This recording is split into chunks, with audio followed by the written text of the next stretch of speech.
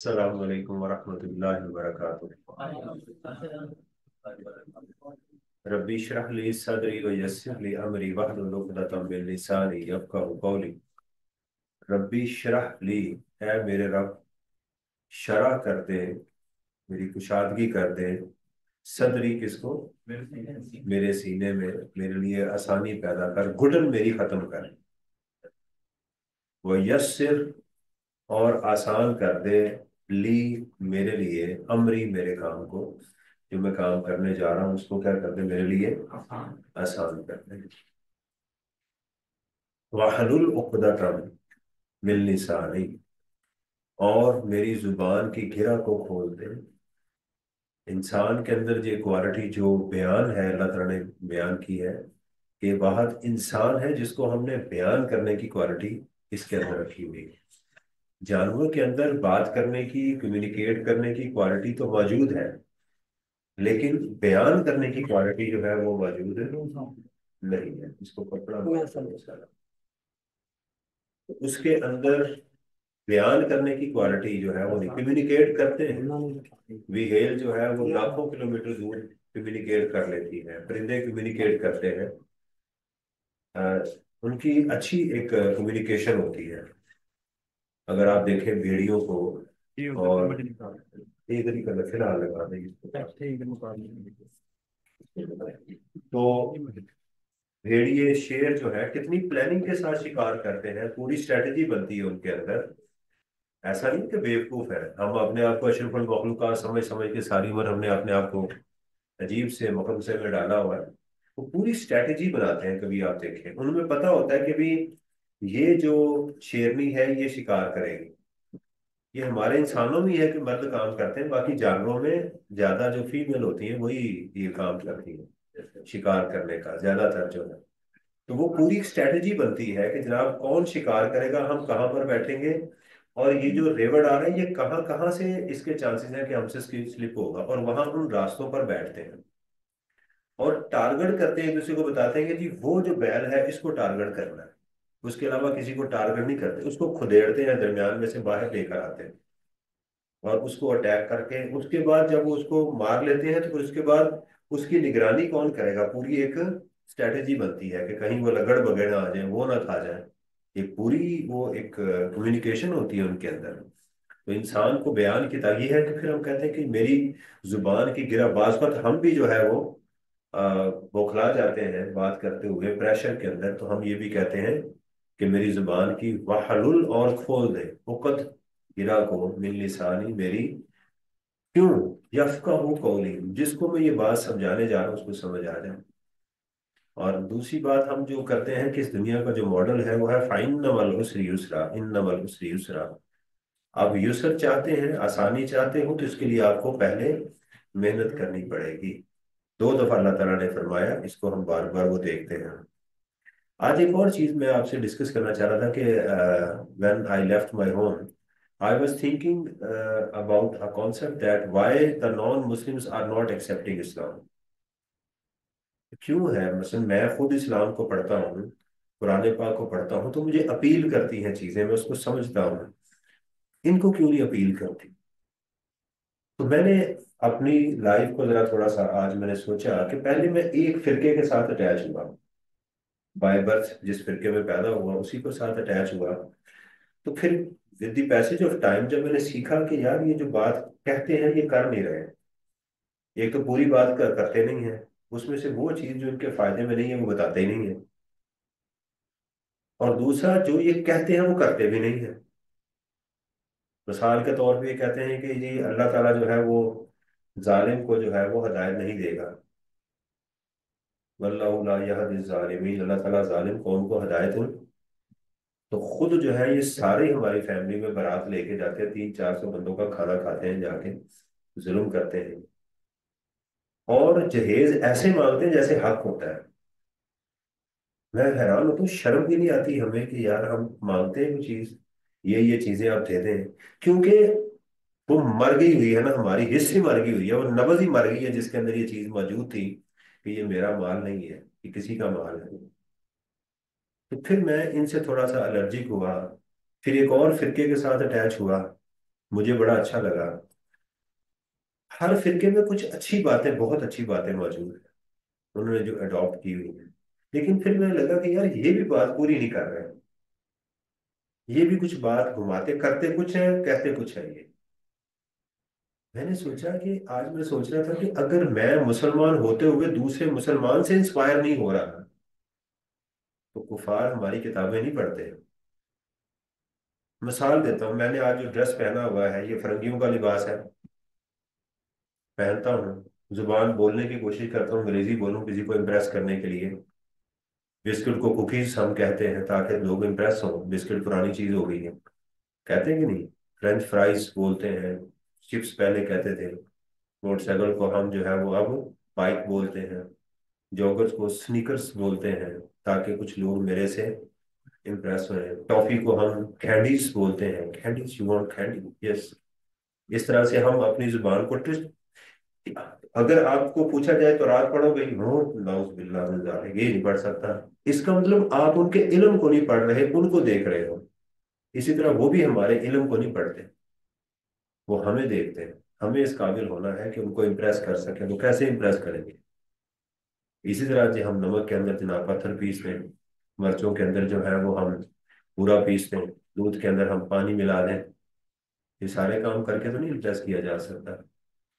तो ये चीज़ है बेटा, हमें अपने आप, अल्लाह ताला ने हर जगह फरमाया कि तुम्हारे अमाल की वजह से तुम्हें मैं भेजूंगा जन्नत में, तुम्हारे इल्म की वजह से नहीं भेजूंगा। तो जितना मर्जी इल्म मेरे पास मौजूद हो, अगर मेरा अमल नहीं है तो उसमें, और अच्छा, फेल और अमल में भी फर्क होता है। फेल कहते हैं काम को, और अमल भी काम को कहते हैं। इन्नमल अमालु बिन्नियात। तो अमल कहते हैं जिसके अंदर आप नीयत के साथ कोई काम करें। वैसे मैं जो हाथ हिला रहा हूँ ये मेरा अमल नहीं है, मेरी मेरी आदत का हिस्सा है। मेरी आंखों का झपकना ये फेल है, मेरा चलना फेल है, मेरा खाने का हजम होना ये फेल है। लेकिन ये जो मस्जिद नमाज पढ़ने के लिए जा रहा हूँ ये मेरा अमल है। किस नीयत से जा रहा हूँ, किसको खुश कर रहा हूँ। बहरहाल आपके साथ मैं ये छोटी छोटी बातें करता रहता हूँ, क्योंकि जिंदगी सीए ने नहीं चला दी। सीए उसका एक पार्ट है, एक कंपोनेंट है जो मेरी जिंदगी को आसान करेगा। आज सीए की वजह से आप मुझे देख रहे हो ना, चार्टर्ड अकाउंटेंट तो आप मेरे सामने बैठे हुए हो ना, ये इदारे ने मुझे हायर किया तो उसकी वजह एक डिग्री है। और उसकी वजह से मेरा घर चल रहा है, उसी वजह से मैं, जिंदगी मेरी आसान हुई हुई है। लेकिन जो बाकी मेरे मामलात हैं, जो मेरे अमाल हैं, उनके ऊपर सीए नहीं मुझे इतनी सपोर्ट करता। वो मुझे मेरा इस्लाम में जो सपोर्ट करता है। समझ आई। चले इंशाल्लाह आपके साथ बातें होती रहेंगी। आज हम बड़ा एक अच्छा काम करने जा रहे हैं, रोज ही अच्छा काम करते हैं। तो आज हम एक पहला हमारा जो मॉड्यूल था तकरीबन कंप्लीट हुआ। उसमें एक चीज रह गई है जो मैंने कहा था कि हम छुट्टियों में उसको देखेंगे। अब है हमारा क्वेश्चन नंबर 8 हो गया। अब हो गया क्वेश्चन नंबर 6 और 7। तो सबसे पहले हम क्वेश्चन 6 और 7 को देखेंगे, फिर उसके ऊपर हम आएंगे कि वो क्या चीज है।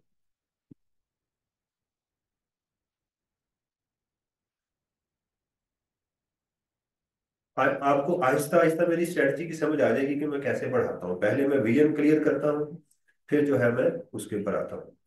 तो हम चलते हैं, पहले कुछ सीए के क्वेश्चन देखते हैं कि एग्जामिनर हमसे मांगता क्या है, ये चाहता। साथ में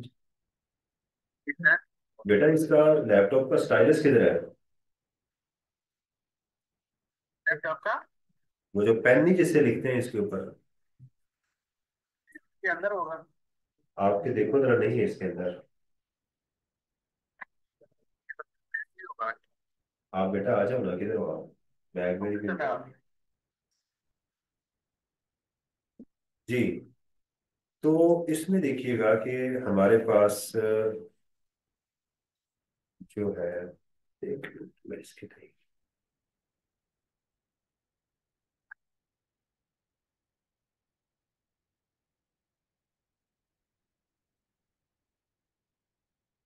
मैं लगा के जाता हूँ ताकि इधर मिस ना हो। आप देखा मैं ये बाकी लैपटॉप नहीं मैं समेटता, लेकिन वो स्टाइलस लगा के जाता हूँ, क्योंकि ये उसका जिंद और जान उसकी यही है। अच्छा जी, इसमें देखिएगा कि आपको जो चीज नजर आ रही है, ये क्वेश्चन नंबर है जी इसका 6। ठीक है, सरमाया एसोसिएट इसके साथ ये एक लिखा हुआ है, क्वेश्चन नंबर 6। इससे ऊपर देखेंगे तो ये इनकम टैक्स का क्वेश्चन आपको यहाँ से नजर आ रहा है कि ये इनकम टैक्स का है। 5 क्वेश्चन ये हो गए। ये छठा क्वेश्चन है जिसके अंदर उसकी एक रिक्वायरमेंट है। उस रिक्वायरमेंट में वो क्या लिखता है कि under the provisions of sales tax act, provision किसे कहते हैं? कानून। कानून को, कि उसकी उसके कानून के मुताबिक और रूल्स मेड देयर अंडर, ये असल से compute the amount of sales tax payable, पहली चीज है। दूसरी चीज है या रिफंडेबल, जो आपने देना है या आपने लेना है उसको क्या बोलते हैं? रिफंडेबल शेक। हाँ, टू ऐसे and amount of tax to be carried forward, ये तीन चीजें हमने पहले सीखनी है कि ये क्या मांग रहा है हमसे। एक को सादा अल्फाज में सेल्स टैक्स पेएबल, आपकी जेब में नहीं रहेगा, आराम से बैठ के ना इसको देखें, इसमें है नहीं।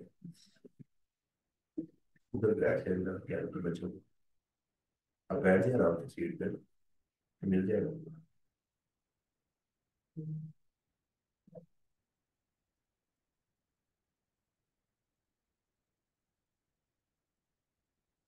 ठीक है, पैक किसने किया था? पता नहीं, परसों दूसरे लैंड में गया था। आपने किया था पैक को की? वैसे यार ये नहीं होता है। मैं कहेंगे ये तो मार्कर से महंगा तो यही है, इससे लैपटॉप से। जी, अब इन तीनों टर्म्स को जरा सुनना है सादा अल्फाज में कि ये क्या चीजें हैं। अच्छा, बहुत टेंशन नहीं लेनी, रिलैक्स अपने आप को रहना है, शाहली सदरी, सदर को जरा खुला रखना है, तो इंशाल्लाह ताला सेल्स टैक्स क्लियर हो जाएगा। सेल्स टैक्स पेएबल क्या चीज है कि भाई वो टैक्स जो मैंने देना है किसको? एफबीआर को। दूसरी चीज है रिफंडेबल, रिफंड जो मैंने लेना है किससे? तो ये दो चीजों का हमें क्लियर कट पता होना चाहिए कि पेएबल से क्या मुराद है और रिफंडेबल से क्या मुराद है। आगे लिखा हुआ है amount of input tax to be carried forward. कुछ टैक्स ऐसा होता है ना हम देते हैं ना हमें डिपार्टमेंट वापस करता है, बल्कि क्या करते हैं, वो अगले महीने में कैरी फॉरवर्ड हो जाता है। क्या होता है कैरी फॉरवर्ड? ये एक लफ्ज आपको एग्जाम में मिलेगा ब्रॉड फॉरवर्ड का, शायद यहाँ लिखा हो, ये लिखा हुआ यहाँ।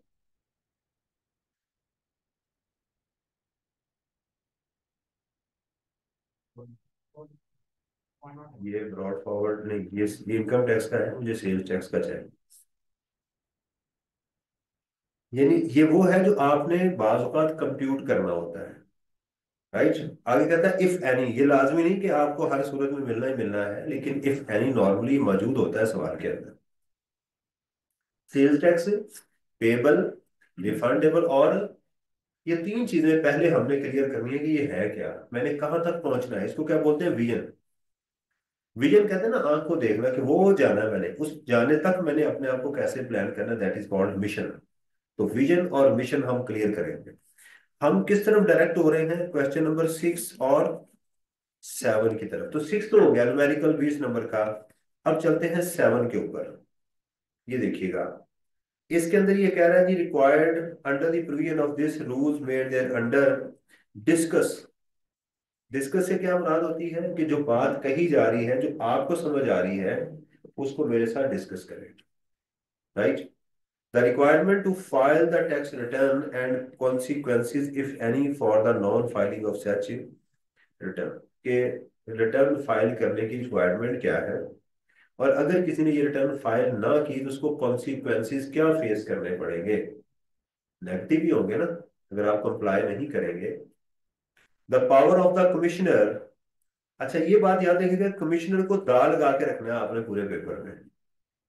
इसका सी भी बड़ा रखना है, मुंह इसका खोल के रखना कमिश्नर का, और इसको क्या लगाना है? दा लगाना है इसको, बस आपने हर सूरत में, ये हमें दा लगाता, हम इसको इंग्लिश वाला दा लगा के रखेंगे। In the above mentioned scenario, कि कमिश्नर के पास क्या ताकत मौजूद है इस हालात के अंदर। ये 4 नंबर का क्वेश्चन है, थ्योरी का है। वसीम एंड सन्स, एक चीज आपको समझ आ रही है कि ये एक्रोनिम यूज करता है examiner. A registered person, this has sold taxable goods to Halim and Sons इन फरवरी 2000। और सेल्स टैक्स में क्या चीज आती है ये देखिएगा। एक और चीज जो नोट करने वाली मैं भूल गया, फॉर द पीरियड ऑफ अगस्त, एक और चीज इंपॉर्टेंट है कि सेल्स टैक्स की हर महीने ये कैलकुलेशन करना पड़ती है, ये सालाना नहीं होती, ये क्या होती है, मंथली होती है। ठीक हो गया। अच्छा, इसको टैक्स ईयर ही बोलेंगे अंग्रेजी में, इसको टैक्स की जुबान में तो आपने ईयर से मुराद ईयर नहीं है, ईयर से मुराद ही पीरियड है, इसको वो बोलते हैं। आगे लिखा है show all relevant exemptions exclusion and disallowances. ये बड़ी इंपॉर्टेंट लाइन होती है। एग्जामिनर कहता है कि अगर मैंने कोई चीज दी है और आपने उसको इस्तेमाल नहीं किया, वो बतानी है आपने मुझे, लिखनी जरूर है पेपर में, आगे डैश डाल दें कि मैंने इसको इस्तेमाल, रीजन की जरूरत नहीं है। अगर वो रीजन मांगे, ठीक है, comment on the all relevant exemption exclusion and disallowances, तो फिर हम क्या करते हैं, उन चीजों को एग्जाम में शो तो करते करते नीचे फिर कमेंट लिखते हैं कि मैंने इसको इसलिए इग्नोर किया, इसको इसलिए इग्नोर किया।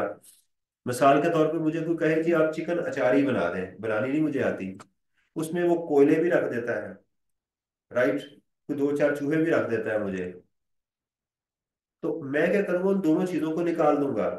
तो मुझसे वो हो सकता है पूछे कि भी इसको आपने इस्तेमाल क्यों नहीं किया, तो मैं कहूंगा भी कोयले जो है वो आग जलाने के लिए है, लेकिन मेरे पास चूंकि आग मौजूद है, गैस मौजूद है, मैं वो यूज कर रहा हूँ।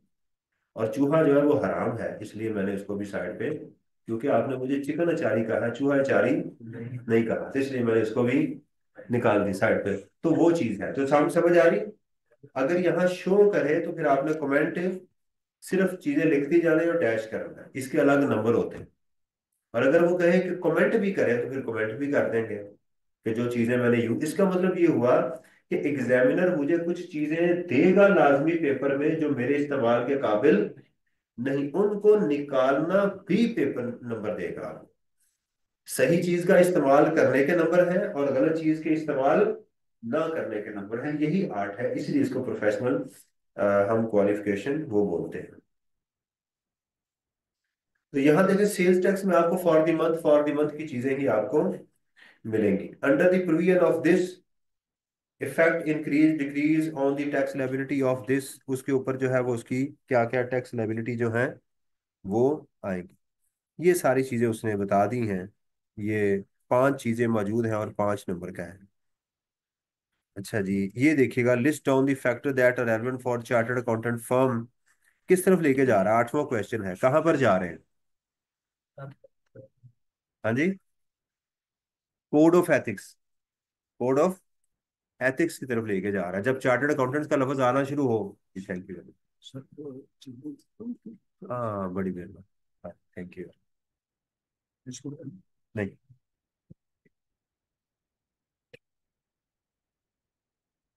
सही है। तो ये देखना है, briefly explain indirect taxes applicable in Pakistan. मेरे स्टूडेंट को अल्हम्दुलिल्लाह ये पता होता है कि ये चीज फलां चैप्टर में से आई है। मैं जो क्वेश्चन कर रहा हूँ उसका स्कोप ये है, इतनी अल्हम्दुलिल्लाह इनको कॉन्फिडेंस अपने ऊपर होता है वो। तो ये देखिए कि 5 और 4 9 और 20 कितने आगे सेल्स टैक्स में से, इसकी 25% वेटेज है, लेकिन एग्जामिनर 4 नंबर सेल्स टैक्स में बढ़ा के ले गया, नो इशू, ये करता है। लेकिन इसने क्या किया होगा, अब इसके 8वें क्वेश्चन में देखें कितने नंबर हैं, 8। इसकी वेटेज आई कैप की कितनी है, तो 2 नंबर तो यहां से ले गया, तो 25 और 2 27 हो गए। 2 नंबर इसने इनकम टैक्स में से उठाए होंगे।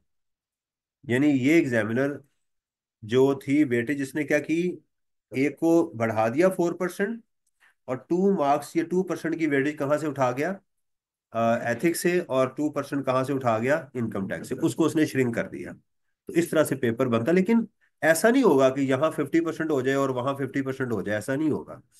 ये उसके करीब करीब ही कहीं वो चलेगा, उसका हमें पता होना चाहिए। ये तो हो गया हमारा पहले कि ये वाली चीज हमारे पास मौजूद है। और इसके अंदर देखें, ये वही टिपिकल हमारी रिक्वायरमेंट होगी कि हमें 3 घंटे मिलेंगे और एडिशनल 15% मिलेंगे। इसका यूज क्या है, 8 क्वेश्चन है, ब्लैक पेन आपने यूज करना है, रेट्स आखिरी पेज पर गिवन है। इट डजेंट मीन कि आखिरी पेज पर रेट्स के अलावा कोई और चीज गिवन नहीं है, बाज़ वक्त वहां एक क्वेश्चन पड़ा होता है, हम उसको इग्नोर कराते हैं, वो काम आपने नहीं करना। अच्छा, अब सबसे पहले तो हम ये काम करेंगे, ये जो सेल्स टैक्स लाइबिलिटी की उसने बात की है, ये सेल्स टैक्स पेएबल क्या होता है, पहले उसको अंडरस्टैंड करेंगे, फिर हम आगे चलेंगे इसमें।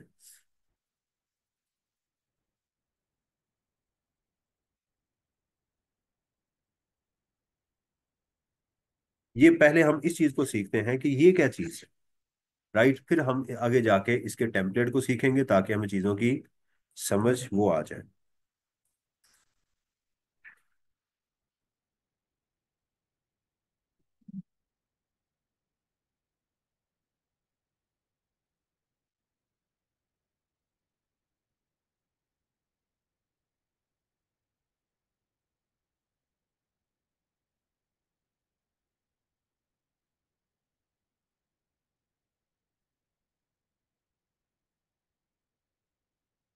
अच्छा जी, बिस्मिल्लाह। लेकिन जी हमारे पास हम अपने इस एक्टिविटी के अंदर 3 लोगों को हम ऐड करेंगे। एक है जी इसमें मुरीद, मिस्टर मुरीद, और एक है रन मुरीद। ठीक है, नहीं होना चाहिए बेटा। और एक है शब्बीर।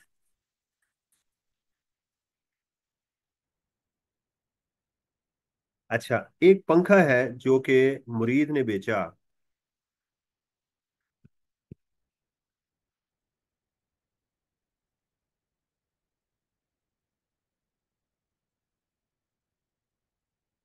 राइट, मुरीद ने रन मुरीद को बेच दिया 1 लाख रुपए का।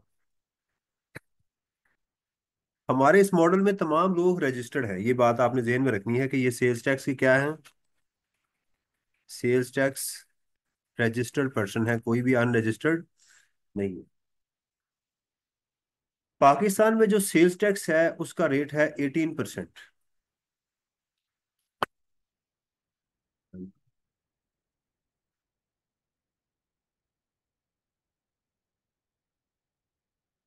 इसका रेट है 18%।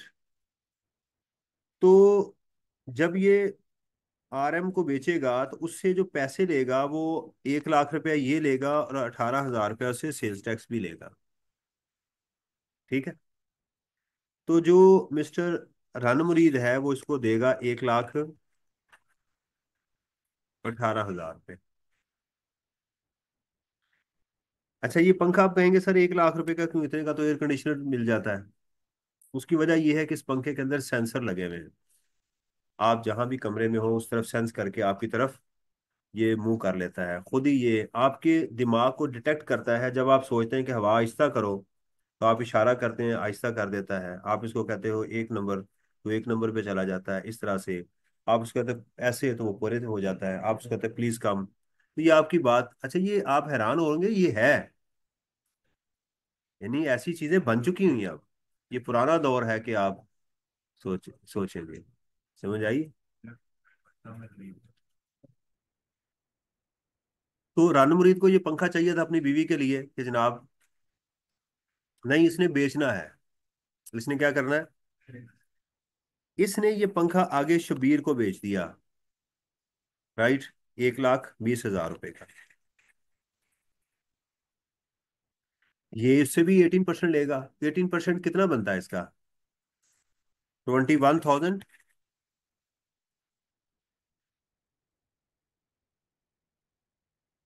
240। पक्की बात है, ये शक है इसमें।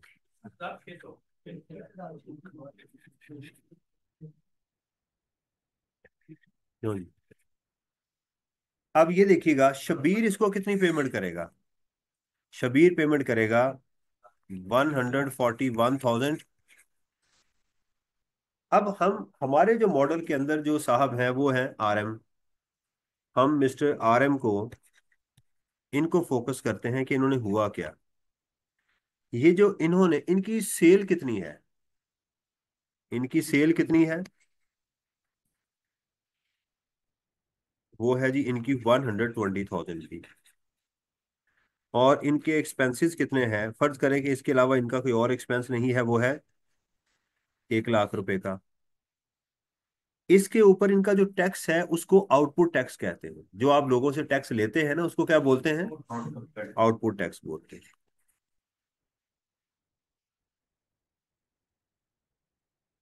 और वो कितना है इनका? 21,000।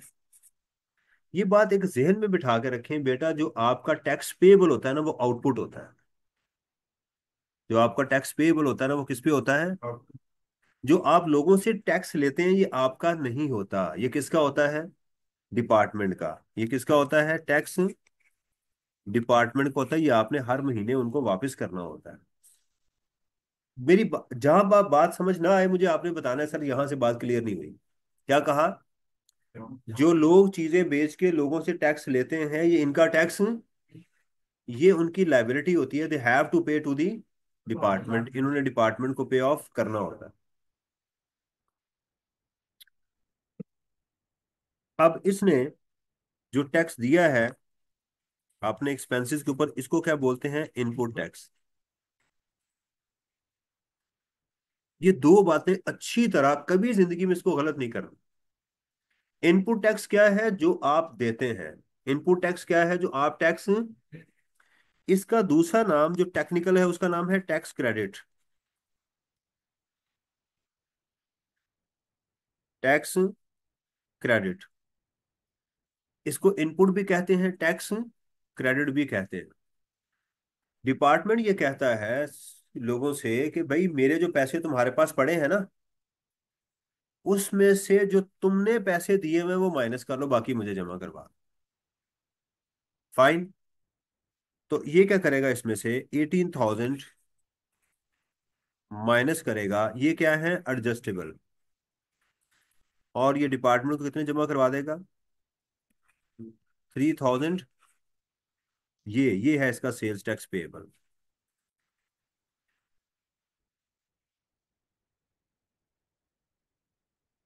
इतनी बात समझ आ गई है? क्लियर? आपने एग्जाम में से वो टैक्स पहले निकालना होता है जो आपने लोगों से लिया है, फिर उसमें से माइनस करना होता है जो आपने दिया हुआ है। ठीक है? इसका फॉर्मूला हमारा क्या बना सेल्स टैक्स लाइबिलिटी का? Output tax minus. अगर यहां तक समझ आ गई फिर मैं आगे चलूँ। क्लियर होगी बात?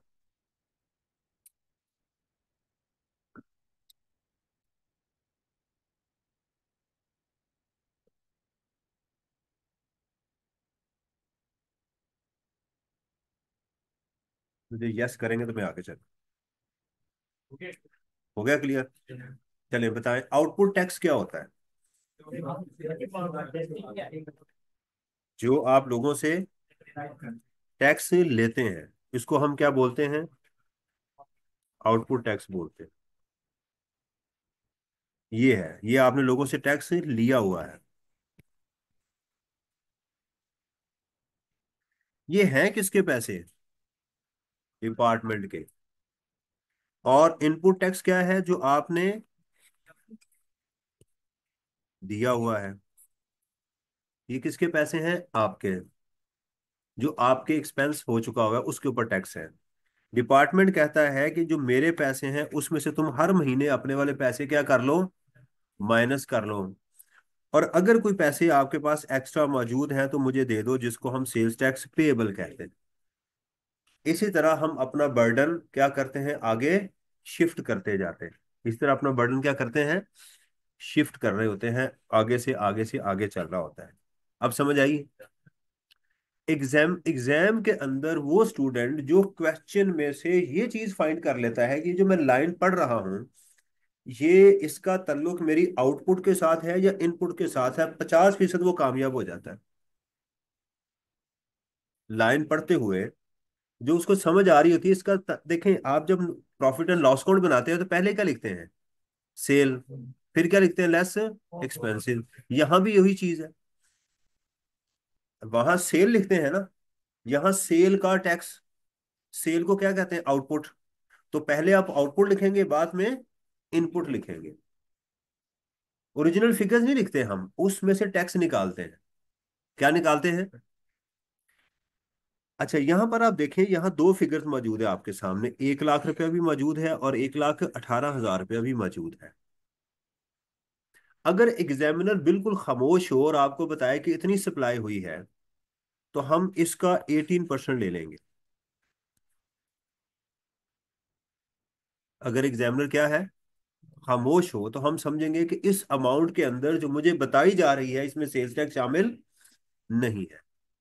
लेकिन अगर एग्जामिनर मुझे बता दे कि यार इस अमाउंट के अंदर सेल्स टैक्स शामिल है, तो उसका क्या करेंगे फिर? आप उसको 18% नहीं करेंगे, बल्कि 0.18 डिवाइडेड बाई 1.18। ये फॉर्मूला आपको मैथ में पढ़ाया जाता है ना। पहुंचना आपने इसी अमाउंट पे है, लेकिन बार बार बता रहा हूं, इसके लिए एग्जामिनर आपको क्लियर कट बताएगा कि इस अमाउंट में सेल्स टैक्स शामिल है, फिर आप करेंगे। अगर एग्जामिनर खामोश हो, तो आपने क्या करना है? सिर्फ 18% खुद से ले लेना। कोई सवाल? कब लेना है 18%? जब एग्जामिनर खामोश हो, और जब बता दे कि इसमें सेल्स टैक्स शामिल है, तो फिर लेंगे। इसको उर्फे आम में टैक्स फ्रैक्शन फॉर्मूला कहते हैं। टैक्स, ये आपका टेक अवे है। ये क्या आपका पहला टेक अवे क्या है आपका? कि सेल्स टैक्स लायबिलिटी से क्या मुराद है? Output tax minus input tax. Output tax कौन सा है? जो आप लोगों से लेते हैं। और इनपुट टैक्स कौन सा है? जो आप देते हैं, जो आप देते हैं। फेवरेबल कौन सी चीज है? ये वाली। ये फेवरेबल चीज है, ये वाली। ये फेवरेबल नहीं है, ये आपने पे करनी है। ये डिपार्टमेंट के पैसे हैं, ये बात याद रखिए। ये किसके हैं? डिपार्टमेंट के पैसे। बड़ा बड़ा क्लियर कट, हर चीज क्रिस्टल की तरह क्लियर होनी चाहिए। I will try my level best इंशाल्लाह to make the things clear just like a crystal. आप ना पढ़े तो फिर उसमें मेरा कसूर नहीं। राइट, ये मेरी इंशाल्लाह गारंटी है कि आपको जो पढ़ाऊंगा वो आपको समझ आ जाएगी। इसको क्या बोलते हैं? Tax fraction formula. टर्मिनोलॉजी अब आहिस्ता आहिस्ता गेन करनी है। वो क्या है? ये वाला। इसको टैक्स फ्रैक्शन फॉर्मूला कहते हैं। अगर मैं कहीं कहूं कि रेट ऑफ टैक्स 25% है और ये इंक्लूसिव है, तो फिर आप क्या करेंगे? आप लिखेंगे 0.25 डिवाइडेड बाई 1.25, ये करेंगे। अगर रेट 10% हो, तो फिर क्या करेंगे? 0.10 डिवाइडेड बाई 1 जी बेटा, Abdul Malik, you have a question?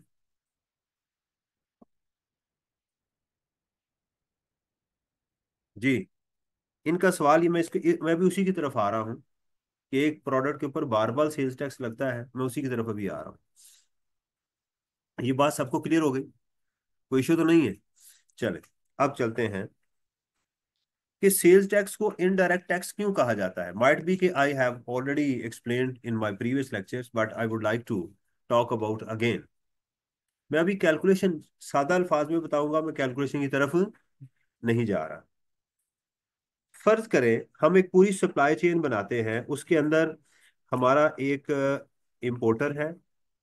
Importer बेचता है मैन्युफैक्चरर को, मैन्युफैक्चरर बेचता है डिस्ट्रीब्यूटर को, डिस्ट्रीब्यूटर बेचता है होलसेलर को, और होलसेलर बेचता है रिटेलर को, और रिटेलर जो है वो मुझे बेच देता है।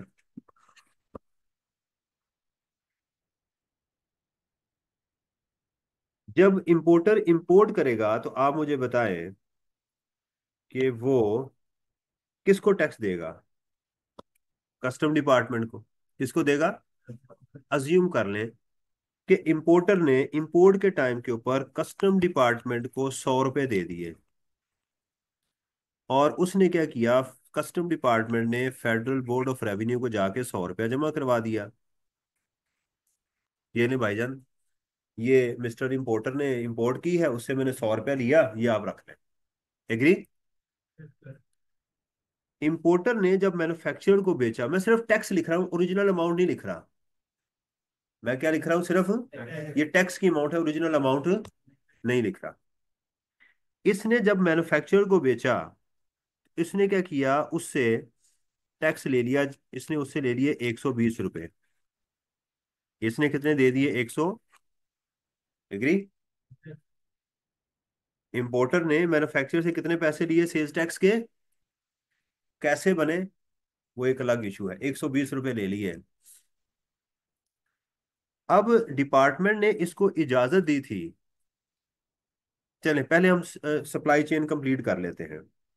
मैन्युफैक्चरर ने डिस्ट्रीब्यूटर को जब ये चीज बेची तो उसने उससे 150 रुपया लिया, और डिस्ट्रीब्यूटर कहेगा जी मैंने 150 दे दिए।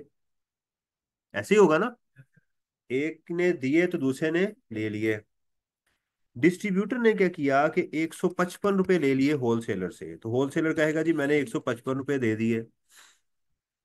सही है? इसको हम इनपुट लिख लेते। इसने, होलसेलर ने जब रिटेलर को बेचा तो उससे इसने क्या किया कि 170 रुपीज इसने उससे ले लिए। तो रिटेलर का है जी मेरे से इसने 170 ले लिए। रिटेलर ने जब मुझे चीज बेची तो इसने कहा कि जी मैंने इससे 200 रुपया मेरे से ले लिया, इसने 200। ठीक हो गया? अब जरा देखिएगा, इंपोर्टर ने कितने पैसे थे उस, ये देखें ये जो टैक्स उसने लिया हुआ है ये किसका है? डिपार्टमेंट का। टैक्स डिपार्टमेंट के पैसे हैं। आपने मुझे अब इसका आंसर करना है। मेरे पास डिपार्टमेंट के पड़े हुए 120 रुपए।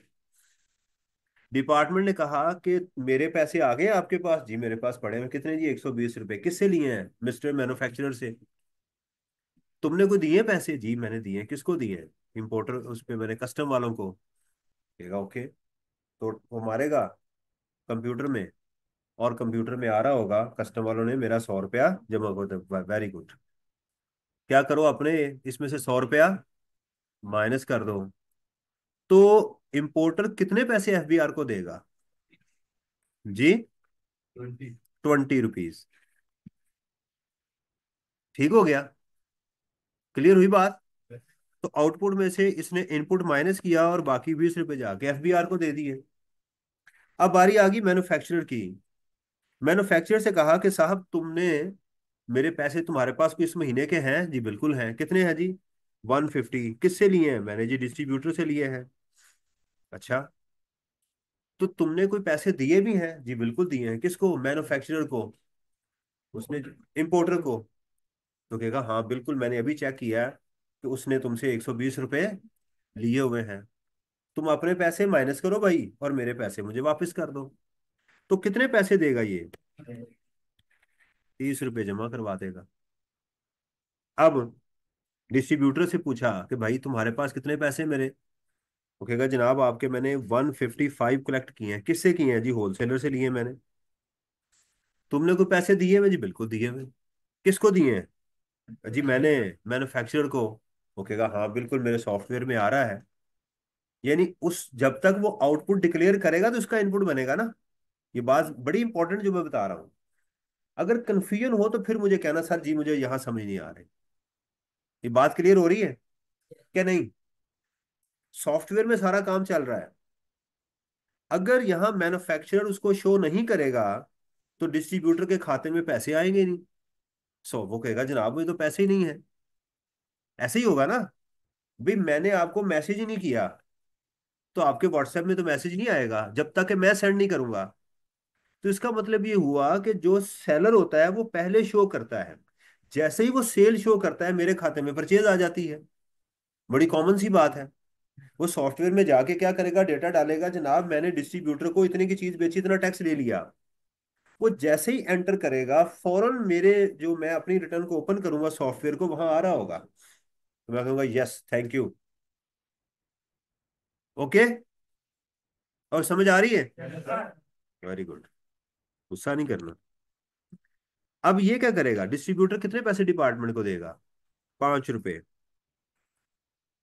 आगे होलसेलर, वो क्या करेगा?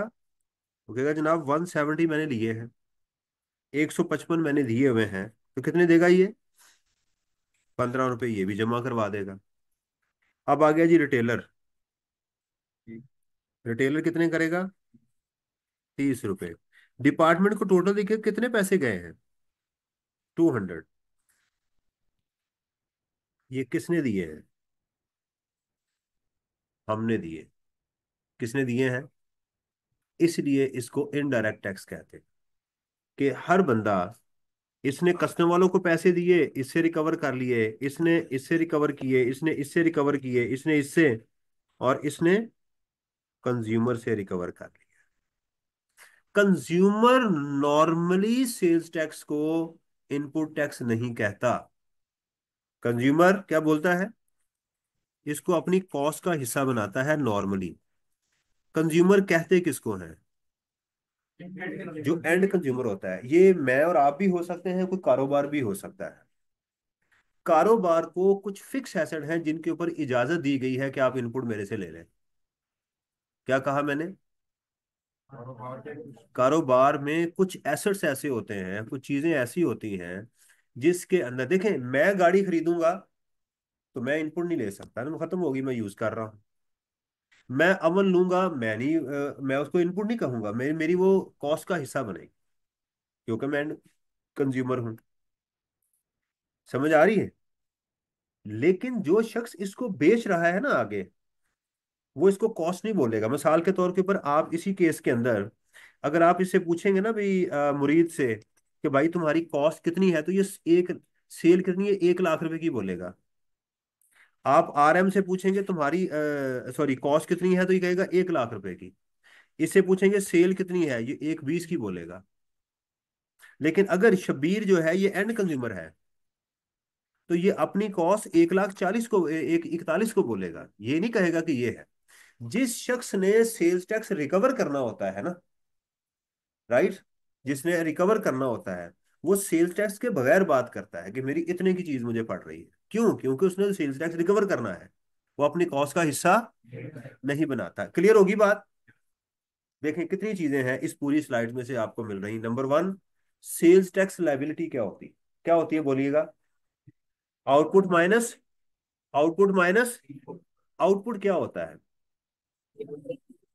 आउटपुट जो आपकी सेल के ऊपर होता है, राइट, जो आपने लोगों से लिया होता है। और इनपुट क्या होता है? जो आपने दिया हुआ है, कि बिजली के बिल के ऊपर, सुई गैस के बिल के ऊपर, रॉ मटेरियल के ऊपर, इंपोर्ट के ऊपर, जहां जहां से आपने चीजें खरीदी हैं उसके ऊपर, कोरियर वाले को पेमेंट आपने कर दी, इन सब के ये इनपुट बन गया। तो क्या करेंगे हम? हर महीने एंड के ऊपर हम उनसे जो पैसे हमने लिए उसमें से माइनस करेंगे, बाकी डिपार्टमेंट को जमा करवा देंगे। इसको क्या बोलते हैं? Sales tax liability. क्या बोलते हैं इसको? एग्री? जहां तक कोई सवाल? सेल्स टैक्स को इनडायरेक्ट क्वेश्चन इसलिए कहते हैं क्योंकि ये शिफ्ट होता है, हर बंदा अगले को जमा करवा के।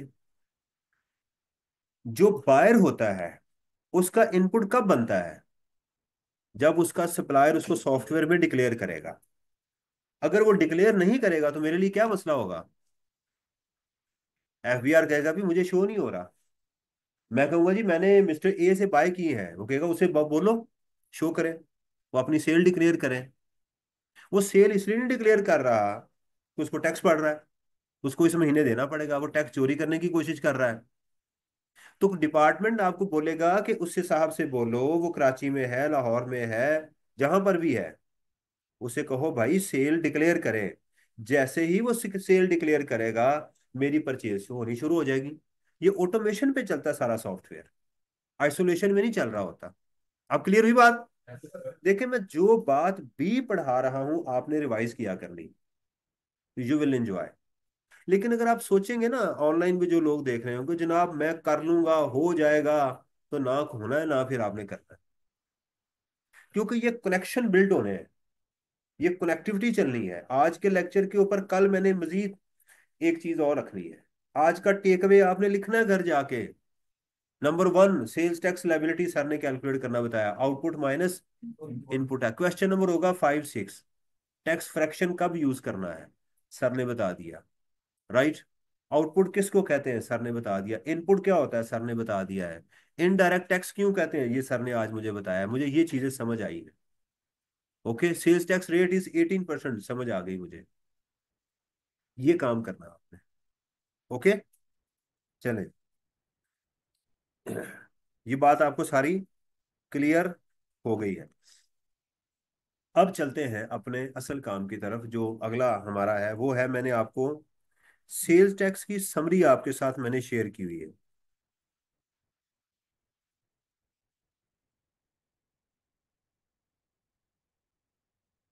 गूगल ड्राइव में भी कर दी है। और ये देखिएगा,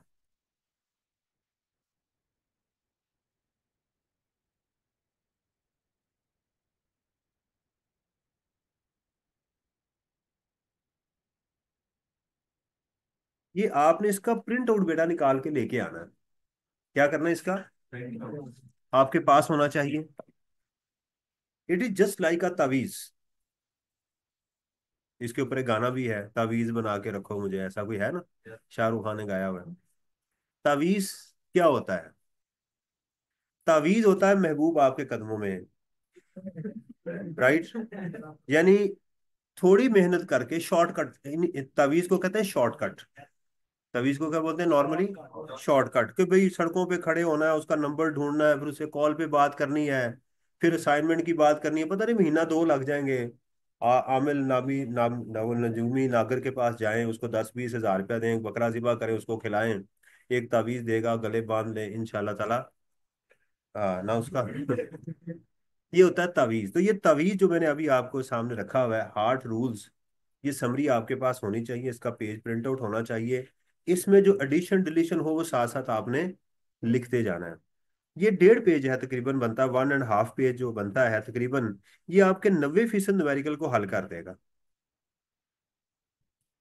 90% आपके न्यूमेरिकल्स को, कोर एरिया है, कोर हार्ट, हार्ट क्या होता है?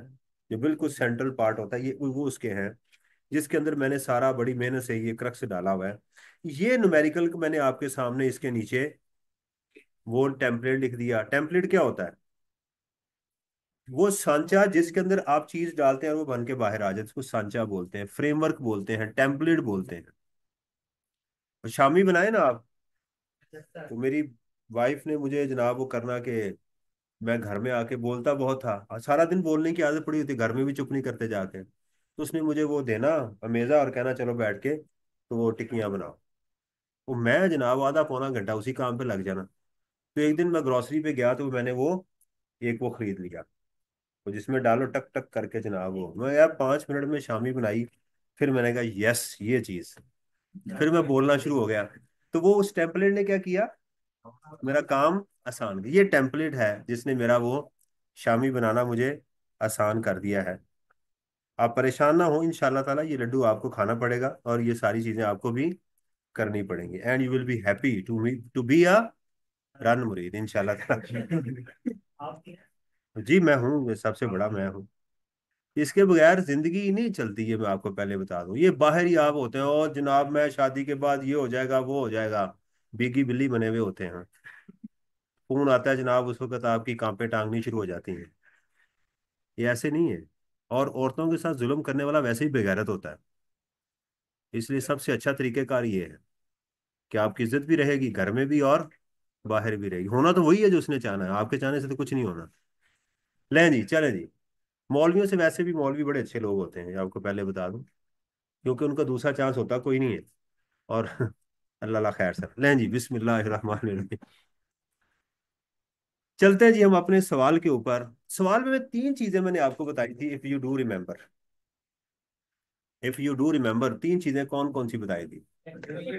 सेल्स टैक्स पेएबल, रिफंडेबल, और ये हमने अभी करना है।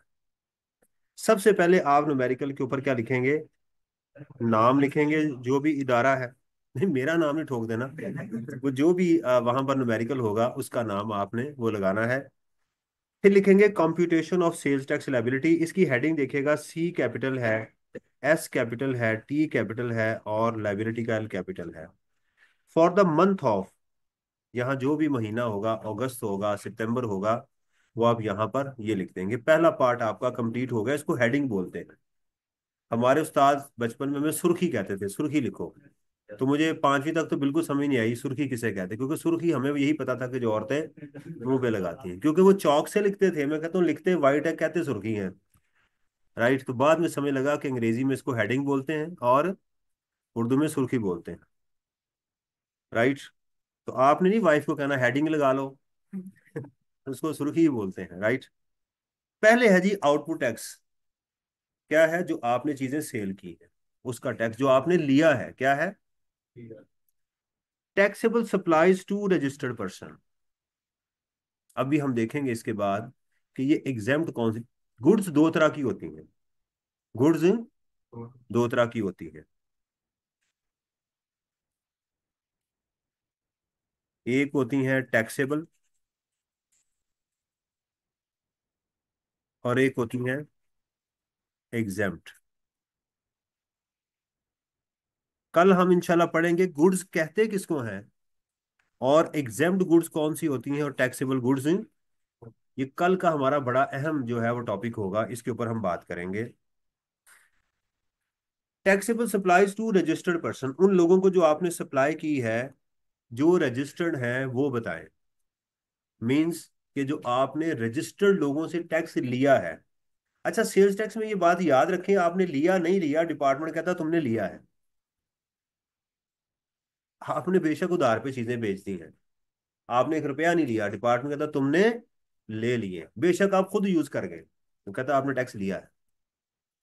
तो यहां पर आप बताएंगे कि जनाब मेरी इतनी अमाउंट थी और इसके इतने परसेंट टैक्स है, और यहां पर आप टैक्स लिख दें। डन। पहली चीज क्या है कि आपने सवाल में से वो ढूंढना है, वो सेल ढूंढनी है जो रजिस्टर्ड पर्सन को की गई। एग्जामिनर बताएगा, नहीं बताएगा तो सारी रजिस्टर्ड को ही होगी। समझ आ गई? दूसरी, वो जो आपने सेल की है अनरजिस्टर्ड को,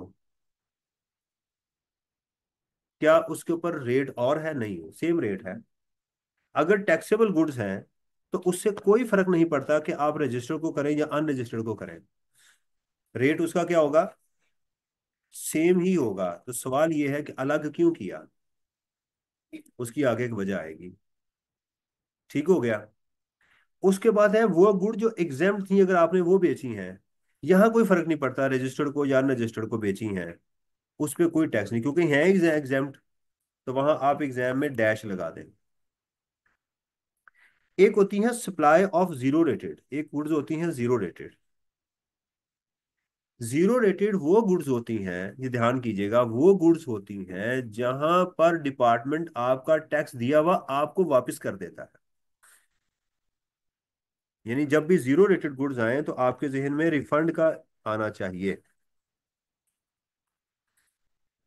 अगर आपने, मैं एग्जांपल देता हूं, जैसे एक्सपोर्ट है, अगर आपने एक्सपोर्ट कर दी, क्या कर दी, तो उसके ऊपर टैक्स कितना होगा? 0%। मीन आप लोगों से टैक्स नहीं लेंगे।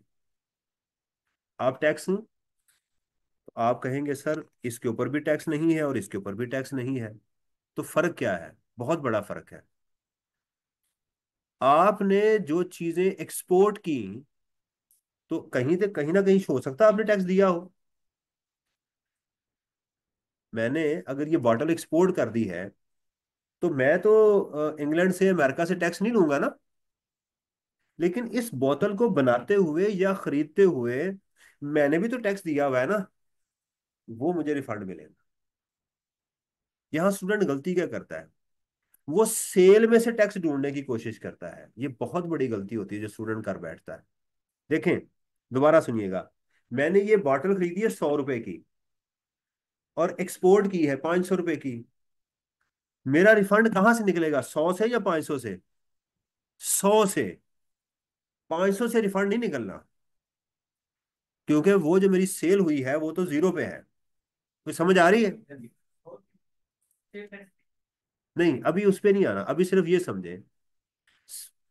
एक गुड्स थी जो मुझे डिपार्टमेंट का जीरो रेटेड, मैंने एक मिसाल दी उसकी,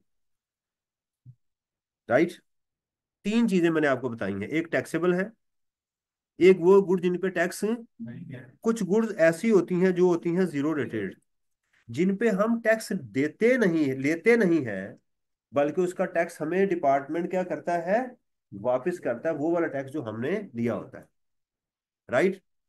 तो एग्जाम के अंदर आपको ये दोनों चीजें मिलेंगी या ढूंढनी पड़ेगी। क्या? कि ये चीज खरीदी कितने की थी और मैंने बेची कितने की है। तो मुझे इसका कौन सा टैक्स चाहिए? जो मैंने दिया हुआ है, क्योंकि मैंने वो क्या लेना है, रिफंड। पहले मुझे बताएं कि तीनों आइटम समझ आई हैं। पहली है जी,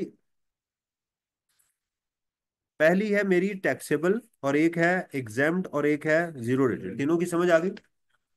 ये मेरी तीनों मैंने बेची हैं। तीनों क्या है? टैक्सेबल के लिए मुझे रजिस्टर्ड अनरजिस्टर्ड का पता होना चाहिए।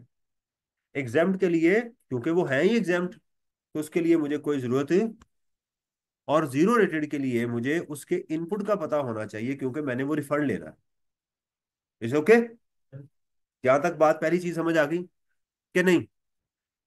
फंड प्रोग्राम है, सही समझ नहीं आई? देखिए, हर चीज को अभी हमने पढ़ना है, ये मैं अभी आपका कॉन्सेप्ट, आपका विजन क्लियर कर रहा हूं। जब आप यस करेंगे सारे, फिर मैं आगे चलूंगा। समझ आई कि नहीं आई? दोबारा आप देखिए ना। आप जो चीजें बेचेंगे, एग्जाम एग्जाम में से आप वो ढूंढेंगे कि मैंने टैक्सेबल गुड्स रजिस्टर्ड को कितनी बेची, अनरजिस्टर्ड को कितनी बेची, एग्जेम्प्ट गुड्स कितनी बेची, और जीरो रेटेड कितनी। जो टैक्सेबल होंगी उनका वो टैक्स आप यहां लिखेंगे, कितना मैंने लिया लोगों से, राइट? और इनको डैश कर देंगे। ओके, यहां तक अब आपको समझ आई? इसको बोलेंगे कि ये मेरा आउटपुट टैक्स है। ये मेरा क्या है? चले, अब आती है बारी वो टैक्स जो मैंने दिया हुआ है, जिसको टैक्स क्रेडिट भी बोलते हैं।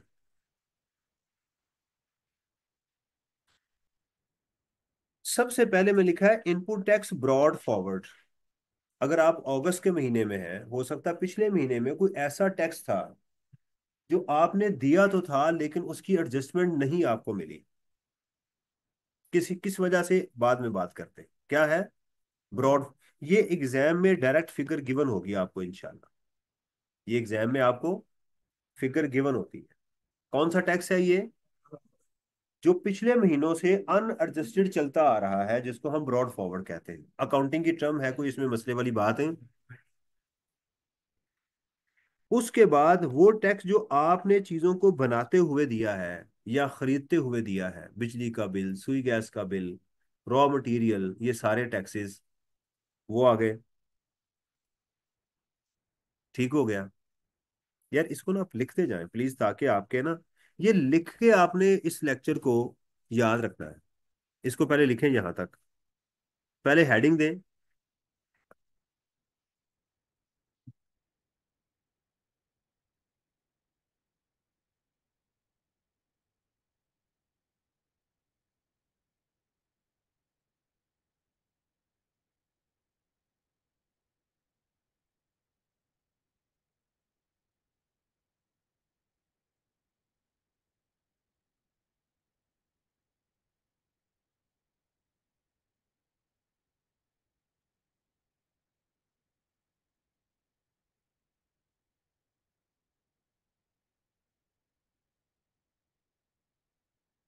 पहले हेडिंग लिखें।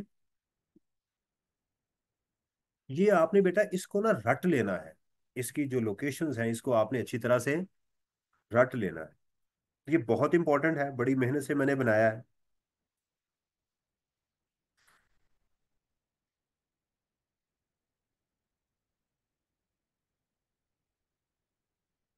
आपको सॉल्यूशन में, एग्जाम के सॉल्यूशन में बाज का ये चीज ऊपर मिलेगी, लेकिन मैं नहीं ऐसे करता, मैं की फ्लो में सारे क्वेश्चन सॉल्व करवाता हूं। आपको एग्जाम में बाज का टैक्स क्रेडिट ऊपर मिलेगा, आउटपुट नीचे मिलेगा। इससे कोई फर्क नहीं पड़ता।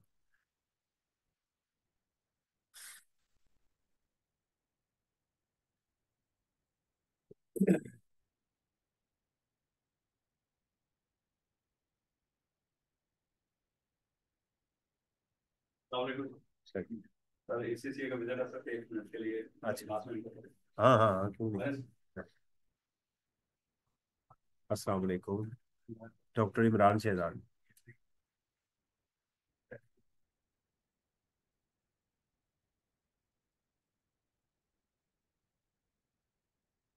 जी। आउटपुट तक लिख लिया सबने? ऊपर रुपीज लिखने हैं यहाँ पे, आर एस लिख लें। या पूरा रुपीज लिख लें। ये RS वो एजेंसी नहीं है, हमारे करेंसी का नाम है।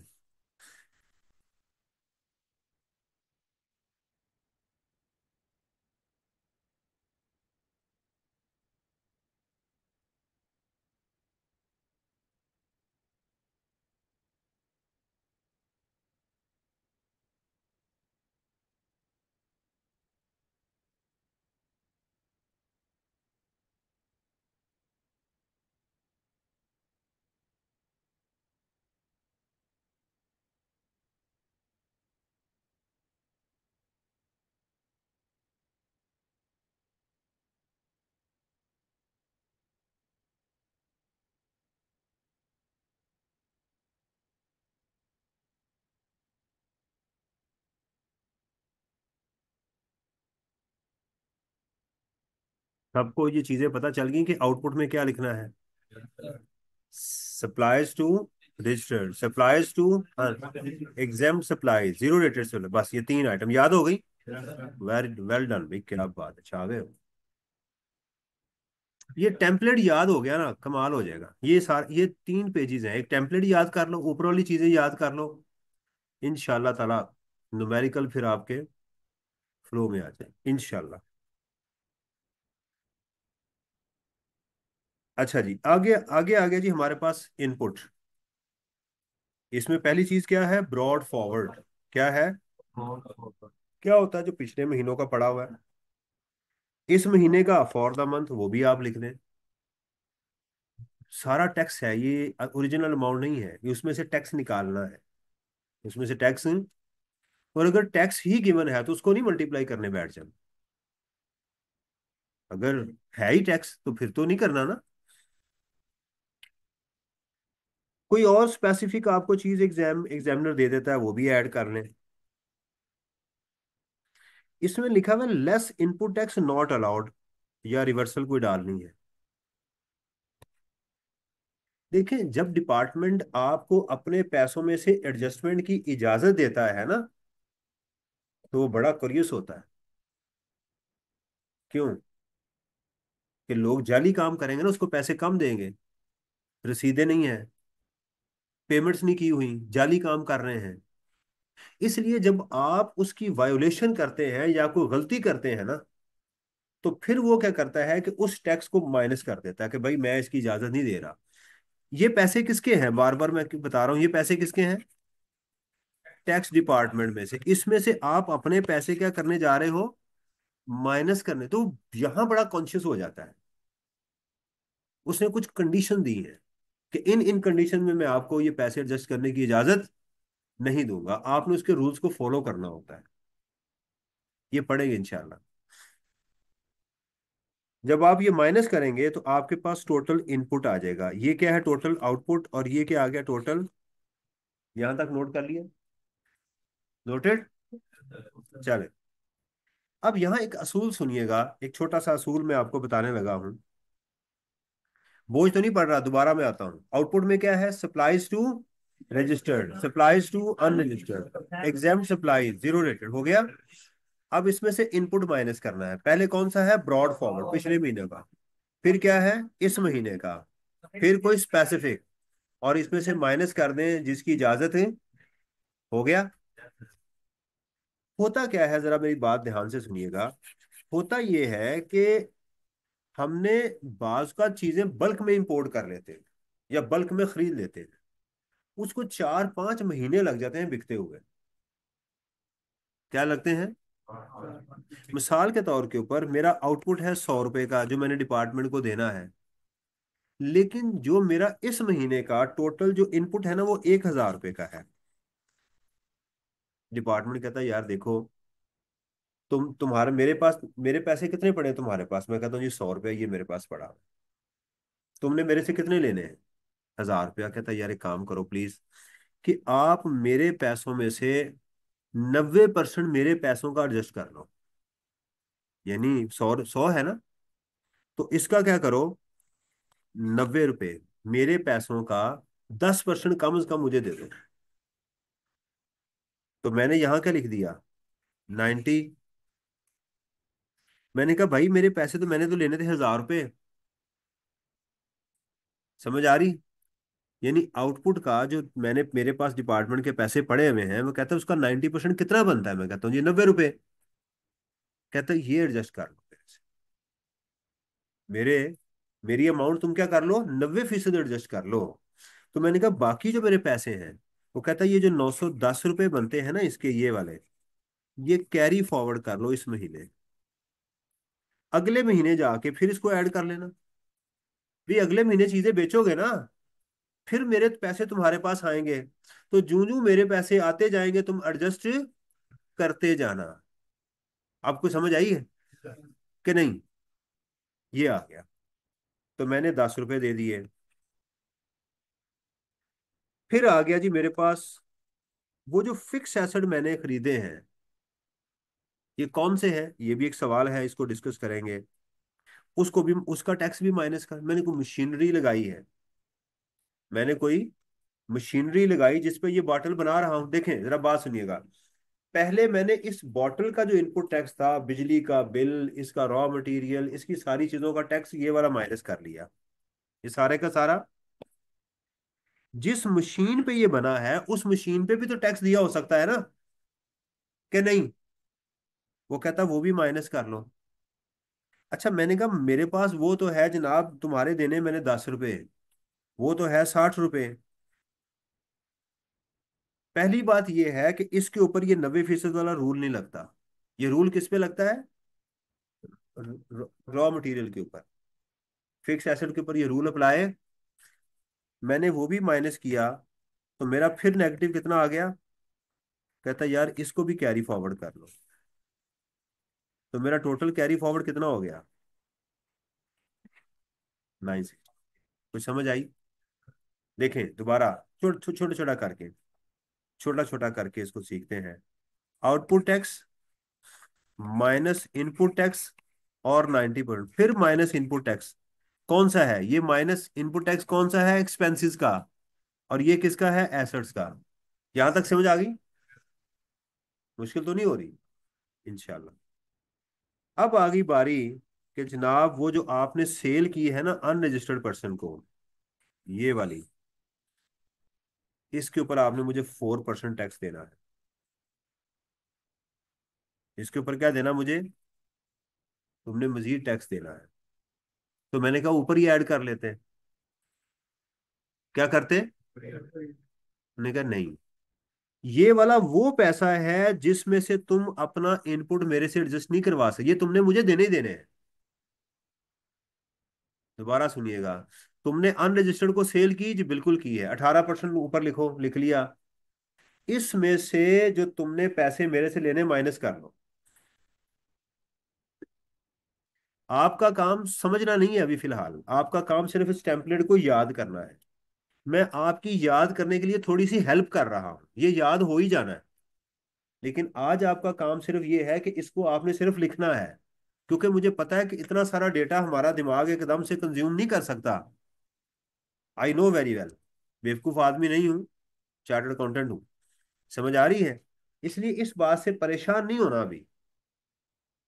अभी मैं तजुर्बा कर रहा हूँ कि अगर मैं टेम्पलेट सिखाऊं, क्या स्टूडेंट, नॉर्मली ये मैं एंड पे करवाता था, आज मेरे दिल में आई कि मैं पहले करवा के देखूं, शायद ये गोली चल जाए। मुश्किल हो रही है तो बता दो। समझ आ रही है? ये कौन सा टैक्स है जो आपने अनरजिस्टर्ड को सेल की थी, वो 4%, ये एंड पे क्यों लिखा है? कि इसमें से मुझे पैसे एडजस्ट करने की इजाजत नहीं है, इसलिए मैंने इसको एंड पे लिखा, और ये मैंने देना ही देना है। बस थोड़ा सा टाइम और मैंने, ये वो पैसे हैं जो आपने रिफंड लेने हैं, ये वो पैसे हैं, यानी वो गुड्स जो आपने, जिसको जीरो रेटेड कहते हैं, उसका जो टैक्स था जो आपने दिया हुआ है, इसका आपको रिफंड मिलना है। इसका क्या मिलना है आपको? रिफंड मिलना, बस अभी आपने यही लिखना है। और ये वो पैसे हैं जो इस महीने आपके एडजस्ट नहीं हो सके। ये वो पैसे हैं जो आपके एडजस्ट, 90% वाले वो हैं जो आपके रॉ मटेरियल के, बिजली के बिल के थे, और प्लस इसमें फिक्स एसेट वाले भी हैं जो आपको एडजस्टमेंट की इजाजत नहीं मिली, ये वो वाले। तीन चीजें डिपार्ट अभी हमने देखा न्यूमेरिकल में उसने मांगी थी। Number one, sales tax payable, एक ये थी, दूसरी थी रिफंडेबल, और तीसरी थी, ये उसका टेम्पलेट मैंने आपके सामने रखा है। ये टेम्पलेट मैंने आपके सामने, सबसे मेन काम आज आपका यही वाला है, यही डॉक्यूमेंट। इसको अपने पारे पारे हाथों से आपने लिखना है एज इट इज।